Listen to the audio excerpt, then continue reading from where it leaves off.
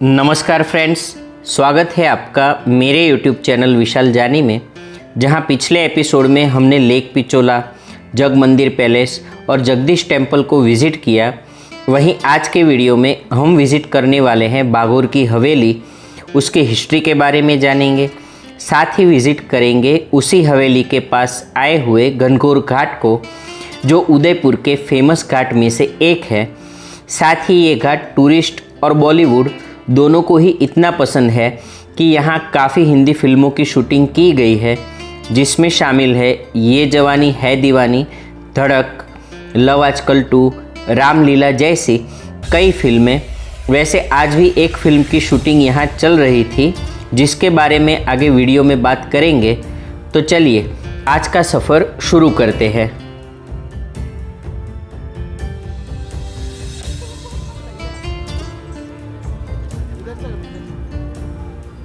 तो चलिए अभी हम जगदीश टेम्पल जाकर विज़िट करके आए हैं और अभी जा रहे हैं घनघोर घाट के लिए, जहाँ पहले हम विज़िट करेंगे बागोर की हवेली। और यहाँ पर जाने से पहले इस तरीके का हैंडीक्राफ्ट मार्केट या बाज़ार तो पूरा आता है। तो चलिए इस मार्केट को देखते हुए आगे बढ़ते हैं बागोर की हवेली तक।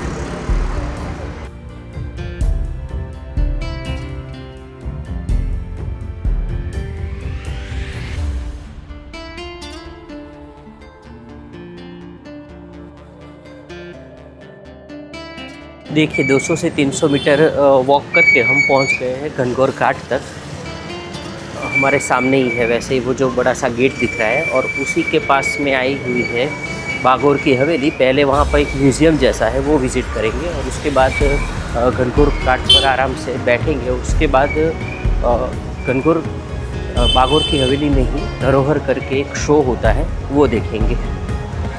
तो देखिए अभी हम आए हैं बागोर की हवेली म्यूज़ियम में। वैसे इसके चार्ज के बारे में बता दूं तो एडल्ट का 60 रुपीज़ चार्ज है, और अगर आपके साथ चाइल्ड है 5 साल से बड़ा है तो उसका 40 रुपीज़ चार्ज यहाँ पर रखता है।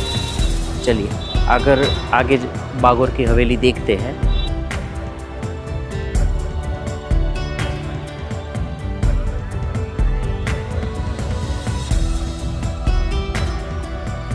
चलिए यहाँ से हमारा म्यूज़ियम है बागोर की हवेली, वो स्टार्ट होता है।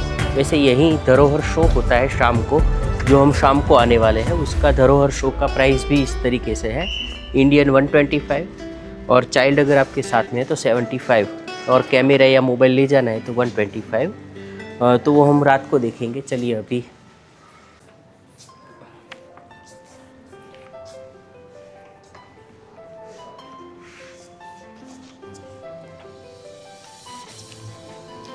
तो चलिए ये है बागोर की हवेली।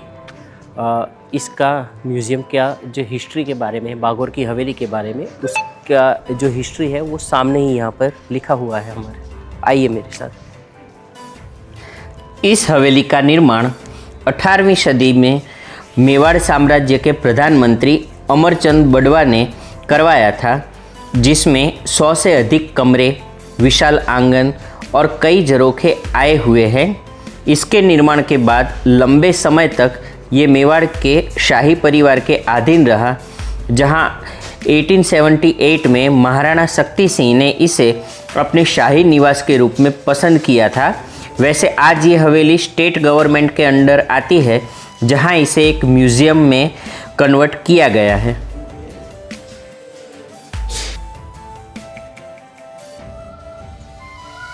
तो चलिए यहाँ का जो फर्स्ट पार्ट है वो टर्बन का है, मतलब कि पगड़ी। राजस्थान में अलग अलग तरीके से अलग तरह के लोग अलग अलग से जो भी पगड़ियाँ पहनते हैं, उन सारी पगड़ियों की यहाँ पर जानकारी दी हुई है, काफ़ी विस्तार में दी हुई है। अगर सभी कुछ मैं बताना चाहूँ तो वीडियो बहुत लंबा हो जाएगा। तो अभी तो आप अलग अलग तरह की ये पगड़ी यहाँ पर जो भी राजस्थान में यूज़ होती है वो देखिए ज़रा।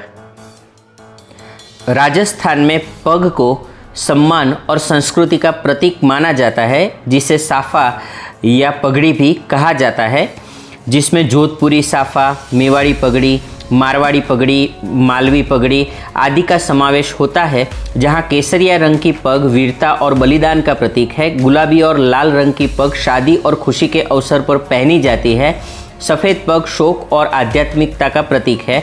वहीं हरा और पीला पग त्यौहार या फसल कटाई के समय पहना जाता है, जहां पग की लंबाई 6 से 9 मीटर तक होती है। वहीं कई बार ये लेंथ 15 मीटर तक चली जाती है। चलिए अब दूसरा जो सेक्शन है वो म्यूज़िकल इंस्ट्रूमेंट का है कि प्राचीन समय से राजस्थान में किस टाइप के म्यूज़िक इंस्ट्रूमेंट होते थे, तो यहाँ पर उसकी इन्फॉर्मेशन यहाँ पर काफ़ी डिटेल में दी गई है।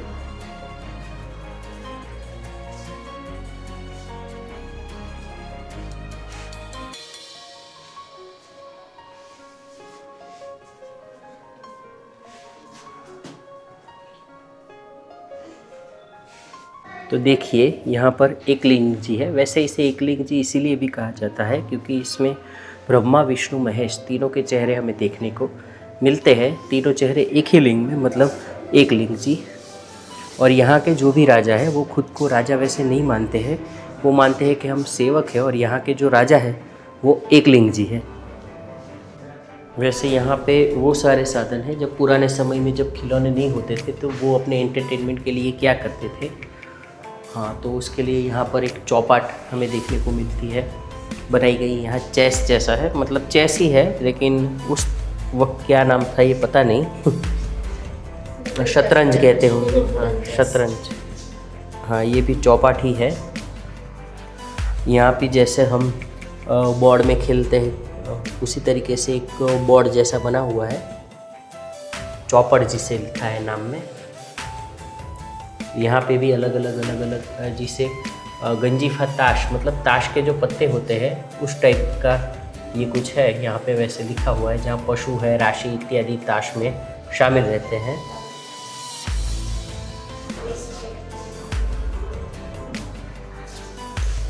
यहाँ ये लकड़ी की एक संगीत पेटी जैसे हमारा हारमोनियम है उसी तरह से, और ऊपर एक सांप सीढ़ी की भी पिक्चर हमें देखने को मिलती है। काफ़ी पुरानी ये पिक्चर है, तो मतलब उस टाइम पे भी सांप सीढ़ी खेला करते थे।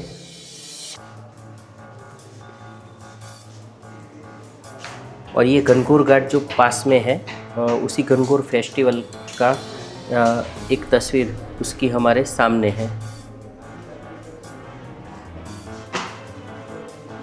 और ये ब्यूटीफुल सा झरोखा है जहाँ हमारी बेटी खड़ी है।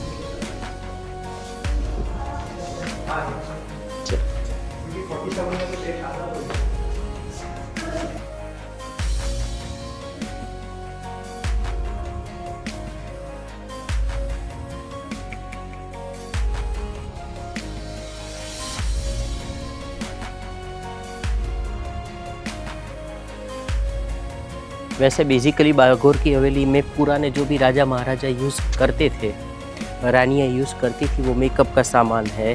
काफ़ी सारे वहाँ पे इंस्ट्रूमेंट है जो बजाते थे, मतलब कि जो भी गाने बजाने में इस्तेमाल होते थे वो सब हमने देखा। लेकिन उसकी छत से जो व्यू यहाँ पर मिलता है वो बहुत ही सुंदर है।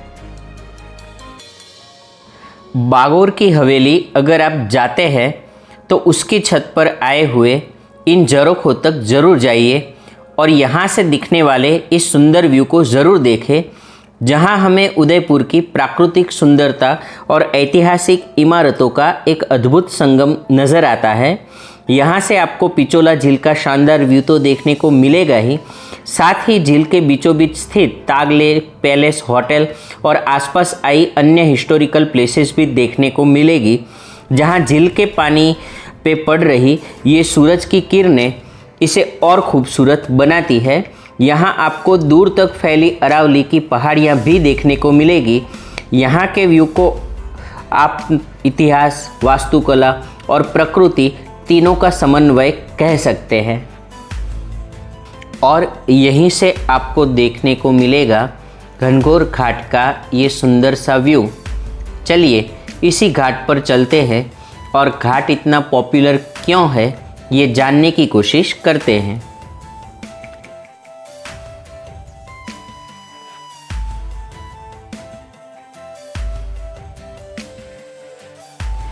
तो ये सुंदर सी दिखने वाली जगह है घनघोर घाट, जिसका निर्माण महाराणा उदय सिंह जी द्वितीय ने करवाया था, जहाँ गंगोर का मतलब है गण और गौर यानी शिव जी और पार्वती जी। वैसे इस घाट का मुख्य महत्व गंगोर उत्सव के कारण है, जो राजस्थान का एक प्रसिद्ध पारंपरिक पर्व है। जिसमें महिलाएं देवी पार्वती की पूजा करती है और उनकी प्रतिमाओं को सजा धजा कर गंगोर घाट पर लाकर झील में विसर्जित करती है। यह त्यौहार राजपूत रानियां और मेवाड़ी महिलाओं के बीच बहुत ही लोकप्रिय है। आज इसे एक ऐतिहासिक स्मारक के रूप में डेवलप किया गया है, जो टूरिस्ट और फोटोग्राफर दोनों को काफ़ी पसंद आता है। यहाँ से दिखने वाले पिचोला लेक और आसपास के खूबसूरत दृश्यों को आप कैमरे में कैद करना ज़रूर चाहेंगे। साथ ही ये जगह प्री वेडिंग शूट और फिल्मों के शूटिंग के लिए भी काफ़ी फेमस है।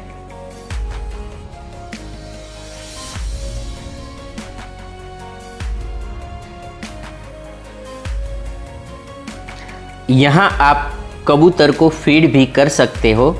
यहाँ पूरे साल इतने ही कबूतर देखने को मिलते हैं और यहाँ के कबूतर भी काफ़ी सोशल हो गए हैं, जो आपके नज़दीक आने से भी नहीं डरते। आप यहाँ इन पंछियों और इस खूबसूरत व्यू के साथ अच्छा क्वालिटी टाइम स्पेंड कर सकते हैं।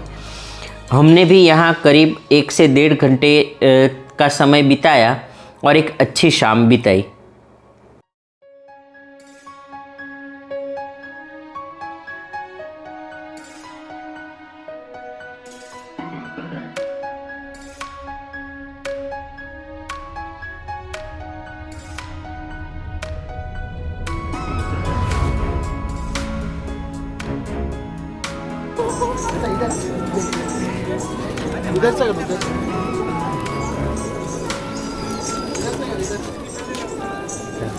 थोड़ी देर पहले हम वहाँ ऊपर झरोखे पर थे और यहाँ का व्यू देख रहे थे। अब यहाँ नीचे से इस बागोर की हवेली का व्यू देख रहे हैं और देखिए ये कितना खूबसूरत लगता है।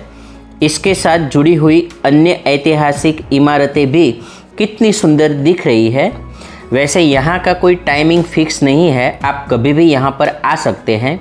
ज़्यादातर लोग यहाँ घाट के किनारे बनी सीढ़ियों पर बैठते हैं और यहाँ से ये व्यू एंजॉय करते हैं। तो चलिए हम यहाँ से चलते हैं और कहीं पे चाय या कॉफ़ी एंजॉय करते हैं।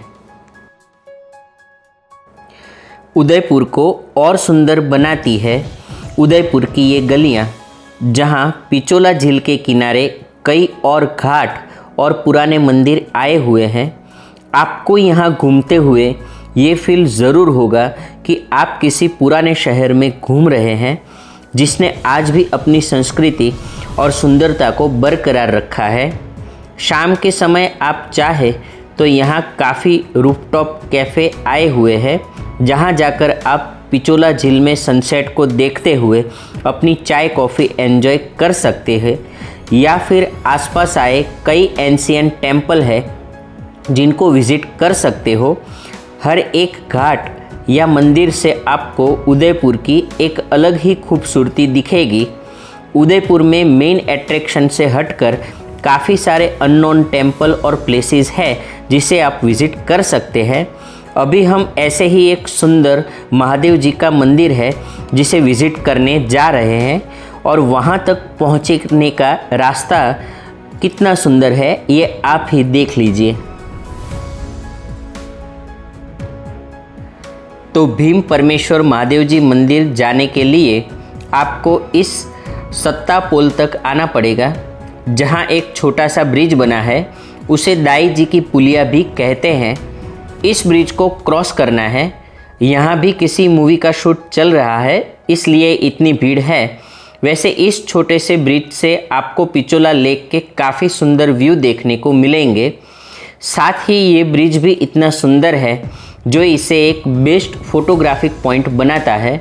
लोग यहाँ खड़े रहकर दूर तक दिख रहे पिचोला झील के खूबसूरत व्यू को देखना और फोटोग्राफी करना काफ़ी पसंद करते हैं।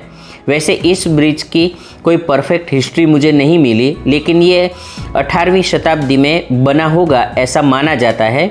वैसे ये ब्रिज दो सुंदर घाट गणगौर और अम्बराई को जोड़ने का काम भी करता है। और जैसे ही आप ये ब्रिज क्रॉस करते हैं, सामने ही आया हुआ है भीम परमेश्वर महादेव जी टेम्पल। तो आइए महादेव जी के दर्शन करते हैं। यही है श्री भीम परमेश्वर महादेव जी मंदिर। जिसका निर्माण 1827 में महाराणा भीम सिंह जी के काल में उनकी महारानी पद्म कुंवर बाई बीकानेर द्वारा करवाया गया था, जो 10,000 स्क्वायर फीट में फैला हुआ है, जहां मंदिर में शिवलिंग, पार्वती जी और गणेश जी के दर्शन होते हैं। मंदिर की संरचना से पता चलता है कि काफ़ी पुराना ये मंदिर है, साथ ही इसका परिसर भी काफ़ी बड़ा है। वैसे ये एक ऑफबीट प्लेस होने के कारण यहाँ कम टूरिस्ट ही आते हैं। इस जगह को जानकी घाट भी कहा जाता है। यहाँ आपको शहर से दूर शांति का एक्सपीरियंस ज़रूर होगा और यहाँ बैठकर आप पिचोला झील के इस खूबसूरत व्यू को भी एंजॉय कर सकते हैं। मंदिर के साथ साथ हमारी यहाँ आने की वजह है मंदिर के पास आए हुए सुंदर कैफ़े, जो पिचोला झील के बिल्कुल पास में आए हुए हैं। तो थोड़ी देर यहाँ बैठकर आगे कैफ़े में चलते हैं और चाय नाश्ता कुछ करते हैं।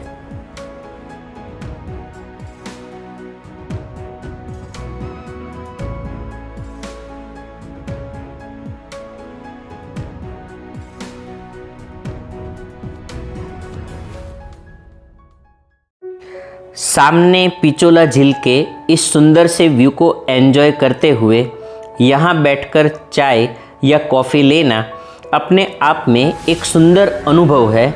जहाँ ब्रिज के उस पार आपको टूरिस्ट की भीड़ मिलेगी, वहीं ब्रिज के इस पार आपको एकदम शांति का अनुभव होगा।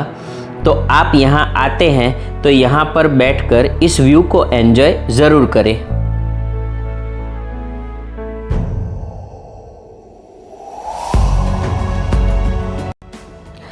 आगे वीडियो में जैसे मैंने आपको बताया कि उदयपुर में किसी न किसी मूवी की शूटिंग किसी न किसी जगह देखने को मिल जाती है, वैसे यहाँ पर किसी साउथ के मूवी की शूटिंग हो रही थी, जिसमें ज़्यादातर कैरेक्टर को मैं नहीं जानता। पूछने पर पता चला कि ये वही एक्टर है जिन्होंने बाहुबली के फर्स्ट पार्ट में ये वाला कैरेक्टर निभाया था, जिनका असली नाम प्रभाकर है।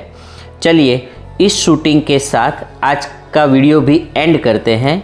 वीडियो आपको कैसी लगी ये कमेंट में ज़रूर बताएं और वीडियो को लाइक और शेयर ज़रूर करें। अगर आप चैनल पर नए हैं तो इसे सब्सक्राइब करना ना भूलें। वीडियो को एंड तक देखने के लिए आपका धन्यवाद।